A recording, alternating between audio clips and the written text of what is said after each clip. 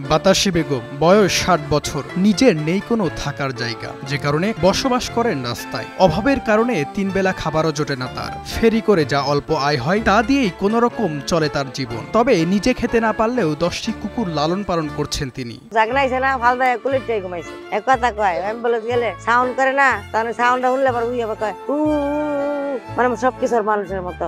এগুলো আদরি আদরি সুন্দরী, তারপরে লাইলি, বেড়াইম্মা, টনি, লালু, হয় সবার ছোট, হয় সবার আদর পায়। ওদিকে কইছি একটা কেউ মারবি খাওয়ান বন্ধ। বয়সের ভারে ক্লান্ত দেহ নিয়েই কুকুরগুলোর খাবার সংগ্রহে বের হয় বাতাসী বেগম। নিজের খাবার কিছু না থাকলেও আদরি সুন্দরী সহ তার সব কুকুরকে খাওয়াতে পারবেন কিনা তা নিয়ে থাকে তার দুশ্চিন্তা। হাতে ঝিল থাকি পরে এই একটা একটা করে আমি একটা আনি নাই, এই কেমনি কেমন আইতে আইতে ৮টা ১০টা আসলে ১০টা থেকে একটা গাড়িতে অ্যাক্সিডেন্ট করে মারা গেছে, একটা অসুস্থ হয়ে মারা গেছে, বমি করে ২ দিন বমি করছে, ৩ দিন মারা গেছে। মানুষ খাবার খেয়ে যেসব উচ্ছিষ্ট অংশ ফেলে দেয়, রাস্তায় রাস্তায় ঘুরে সেগুলো সংগ্রহ করে আনেন বাতাসী বেগম। তারপর এক এক করে নিজ সন্তানের মতো কুকুরগুলোর মুখে আদর করে খাবার তুলে দেন তিনি। সঠিক প্যাড আর সঠিক তথ্য দিয়ে কেশু সামলে নিব এক হয়ে। মোনালিসা স্যানিটারি ন্যাপকিন আমরা খাই না, হ্যাঁ করে খাওয়াই।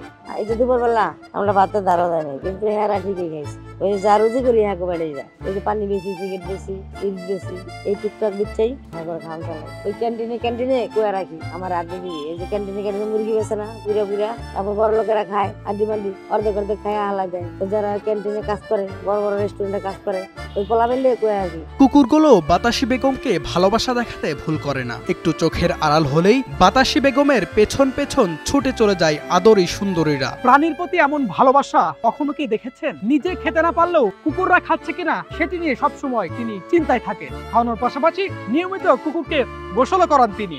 এই যে প্রাণীর প্রতি মানুষের যে আর্থিক সম্পর্ক, সেটি বাতাসী বেগমকে দেখলে একেবারে বোঝা যায়। ভালোবাসার মধ্যে যে পৃথিবীর সমস্ত সুখ লুকিয়ে আছে, বাতাসী বেগমের গল্প তাই প্রমাণ করে। এই পৃথিবীতে বাতাসী বেগমের কেউ না থাকলেও কুকুরগুলোকে নিয়ে তার স্বপ্ন, কুকুরগুলোকে নিয়েই তার বসবাস।